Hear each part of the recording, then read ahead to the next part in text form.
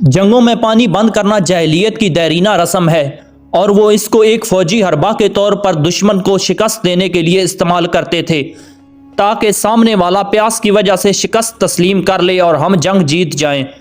آج کی اس ویڈیو میں ہم اسلامی تاریخ کے 4 ایسے واقعات بیان کریں گے کہ جب مسلمانوں پر پانی بند کیا گیا۔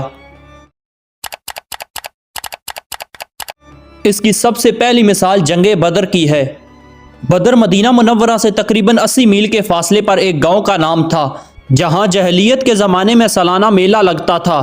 یہاں ایک کنواں بھی تھا جس کے مالک کا نام بدر تھا، اسی کے نام پر اس جگہ کا نام بدر رکھ دیا گیا۔ یہ مسلمانوں اور کفار کے درمیان پہلا عظیم الشان معرکہ تھا جس میں مسلمانوں کو فتح نصیب ہوئی۔ اس جنگ میں مسلمانوں کی تعداد 313 تھی جبکہ لشکر کفار 1000 افراد پر مشتمل تھا۔ اس جنگ میں مشرکین اسلام کی فوج سے پہلے بدر کے علاقے میں پہنچ گئے اور انہوں نے بدر کے کنووں پر قبضہ کر لیا اور مسلمانوں کے اوپر پانی بند کر دیا تاکہ مسلمان سختی میں پڑ کر اپنی شکست کو قبول کر لیں۔ مگر اللہ تعالیٰ کی طرف سے ایک بارش نازل ہوئی جو مشرکین کے لیے زحمت اور مسلمانوں کے لیے رحمت بن کر برسی، اور اس بارش کی وجہ سے مسلمانوں کے دل مضبوط ہو گئے۔ اس کے بعد دوسرا غزوہ خیبر ہے۔ خیبر ایک بڑے شہر کا نام ہے جو مدینہ منورہ سے تقریباً 165 کلومیٹر کی دوری پر واقع ہے۔ یہ جگہ کھجور کے درختوں اور ہرے بھرے کھیتوں سے بھرپور تھی۔ یہاں بہت سے مضبوط قلعے بھی بنے ہوئے تھے۔ یہ وہی جنگ ہے جس میں رسول اللہ صلی اللہ علیہ وسلم نے ارشاد فرمایا، کل میں اس آدمی کو جھنڈا دوں گا جس کے ہاتھ پر اللہ تعالیٰ فتح دے گا۔ وہ اللہ اور اس کے رسول سے محبت کرتا ہے اور اللہ اور اس کے رسول اس سے محبت کرتے ہیں۔ راوی کہتے ہیں کہ اگلے دن وہ جھنڈا رسول اللہ صلی اللہ علیہ وسلم نے حضرت علی رضی اللہ تعالیٰ عنہ کے ہاتھ میں دیا اور حضرت علی نے مرب کو واصل جہنم کر کے خیبر کا دروازہ اکھاڑا۔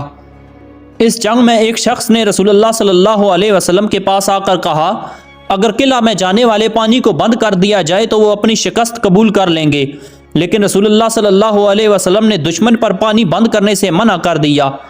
رسول اللہ صلی اللہ علیہ وسلم کی تعلیمات میں دشمن کے ساتھ بھی غلط باتوں اور خیانت کی مذمت کی جاتی تھی اور کسی کو اجازت نہیں تھی کہ وہ دشمن کے ساتھ ہر حربہ استعمال کرے۔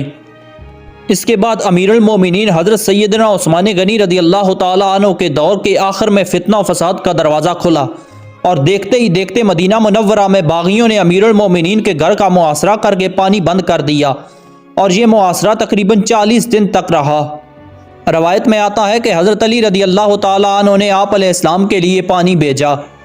صحابہ کرام نے حضرت عثمان غنی سے عرض کی کہ آپ ہمیں حکم کریں تاکہ ہم ان باغیوں کے سر اڑا دیں جنہوں نے آپ کا اور آپ کے گھر والوں کا پانی بند کر رکھا ہے، مگر امیر المومنین ہونے کے باوجود آپ نے اجازت نہیں دی کیونکہ آپ نہیں چاہتے تھے کہ مدینہ منورہ جیسی مقدس سرزمین پر میری وجہ سے خون بہے۔